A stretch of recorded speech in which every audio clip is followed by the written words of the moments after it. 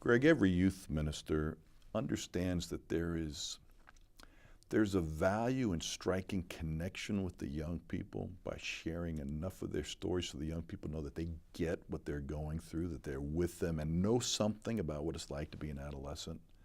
And there's some boundary where too much sharing, too much self-disclosure, too much dumping is not healthy for the young person. Yeah. Maybe not healthy for the minister. Can you help us and help youth ministers in general how to navigate that tension? Yeah, I just shared, it's very important to think about the balance of self-disclosure, of healthy self-disclosure.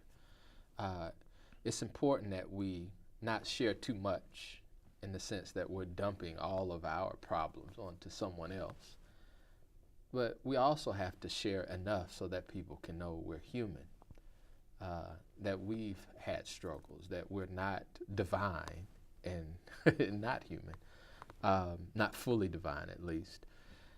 And so I think youth ministers, pastors, caregivers, all face this challenge because we all have this innate propensity to be liked, to be affirmed, to be acknowledged.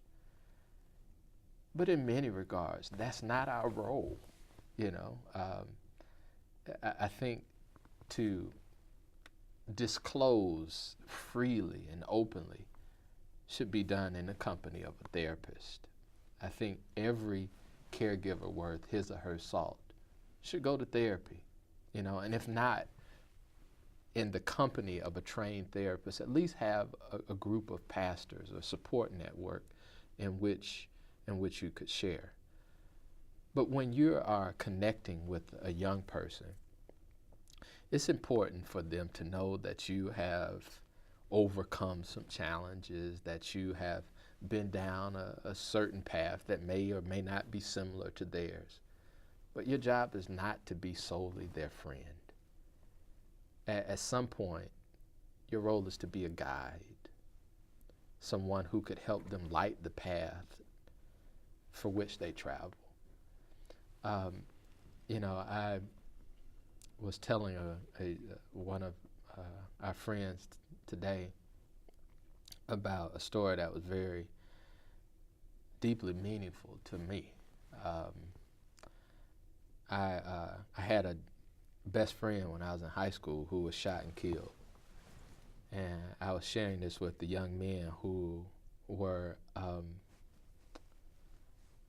coming out of prison. And one young man blurted out, "That's BS." He used the real word, and the guards jumped up, and it's like, it's okay. And I talked to him about it.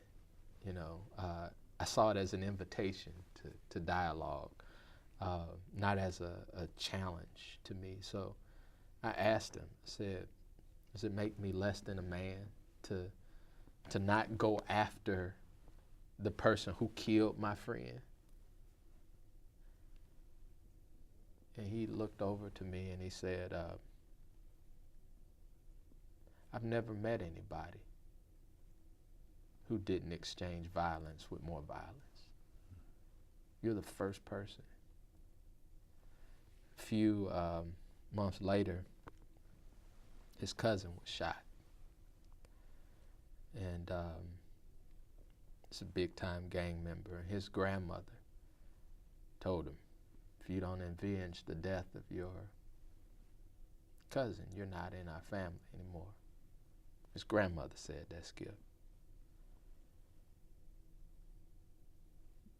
He didn't go after the person. And what he said was, I wanted to feel what it felt like to not avenge violence with violence. Now that's a story about a relationship that I formed. It's not about me. As a matter of fact, it teaches me every time I tell the story about how important the things we say can be in the lives of people, even when we're not really cognizant of it. Months later, I would have never imagined that he would bring that story up. So I think what it says to me as caregivers, as youth ministers, as pastors, we have to be very intentional and thoughtful about what we share, because you never know who's listening and how it will be processed. And I think that should be a guideline. You don't need to be a superhero. You don't need to be relevant and have all of the answers. You don't need to have or show, I have this power. I think what young people and all people are calling for is authenticity and selflessness, and the ability to say that I'm sharing this story because I think it enriches both of our lives, and it doesn't make me look like I am a grand person.